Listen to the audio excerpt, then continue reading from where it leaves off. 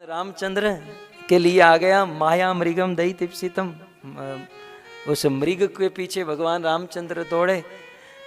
कृष्ण के लिए इस बात को लिया जाएगा। मृग का अर्थ केवल मृग नहीं होता, पशु, किसी भी प्रकार के पशु को मृग कहा जाता है। तो यहां पर मृग माने गैया। तो जो गाय माता के पीछे, गाय और बछड़ों के पीछे अन्वधावत जो दौड़ते हैं, माया मृगम क्यों? क्योंकि ये गाय और बछड़े और कोई नहीं, ये देवता, बड़े बड़े देवी देवता गो और बछड़े का रूप लेकर यहाँ पर आए हैं और कृष्ण उनके पीछे दौड़ते हैं। तो ऐसे वंदे महापुरुष ते चरणारविंदम। और चैतन्य महाप्रभु के लिए अंत में इतना सुन लीजिए, चैतन्य महाप्रभु के लिए माया मृगम, माया के पीछे जो लोग मृग बन चुके हैं, ये मनुष्य की बात है। संसार के कलयुग के मनुष्य माया के पीछे पशु की तरह दौड़ते हैं। तो माया के पीछे दौड़ने वाले लोगों को पकड़ने के लिए महाप्रभु स्वयं दौड़ते थे और अपने गले लगाते थे और गले लगाकर अपनी शुद्ध भक्ति का दान करते थे। ऐसे चैतन्य महाप्रभु के चरणों में प्रणाम करता हूं।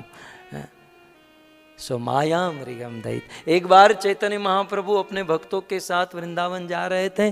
किसी एक गांव में रुक गए, एक दिन दो दिन, भक्तों को पता नहीं चला यहाँ क्यों रुके हैं, लेकिन महाप्रभु के सामने बोलने की किसी की हिम्मत नहीं होती थी।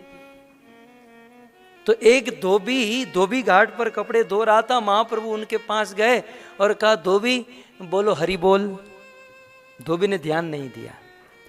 भैया धोबी बोलो हरि बोल, हरे कृष्ण बोलो। धोबी ने और ध्यान नहीं दिया। महाप्रभु ने जोर से कहा, बोलो हरि बोल हरे कृष्ण। धोबी ने कहा, तुमको कोई काम धंधा है नहीं, हमको काम धंधा है, हमको काम धंधा करने दो।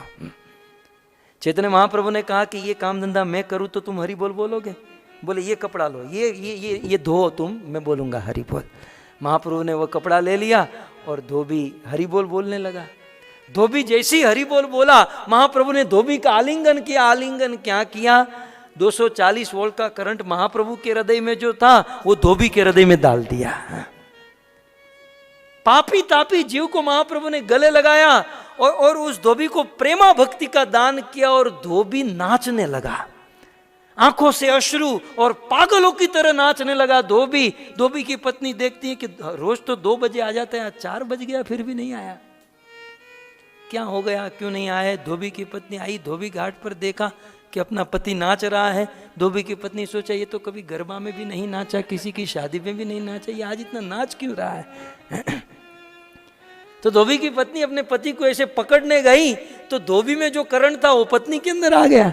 धोबी भी नाच रहा है, पत्नी भी नाच रही है भगवान के महामंत्र में, हरे कृष्णा कृष्णा हरे हरे, हरे राम। पति पत्नी दोनों नाचने लगे। पूरा गांव एकत्रित हो गया। बच्चों ने सोचा कि हमारे माँ बाप कहाँ गए। बच्चे आए किनारे पर, बोले पिता भी नाच रहे हैं, माँ भी नाच रही है। बच्चों को मनोरंजन हो गया। बच्चों ने माता पिता को स्पर्श किया तो उसी के अंदर करंट आ गया, वो भी नाचने लगे।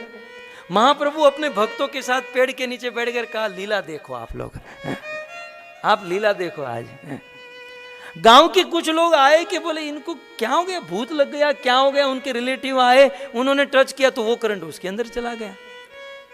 जितने लोग उनको छूने लगे सब उनके अंदर करंट जाने लगा। कुछ समय ऐसा आया कि पूरा गांव जैसे कोरोना वायरस की झपेट में आ गया। पूरा गांव महाप्रभु के ये शुद्ध भक्ति के वश में आ गया। महाप्रभु ने ये वायरस सबको लगा दिया, करुणा वायरस लगा दिया।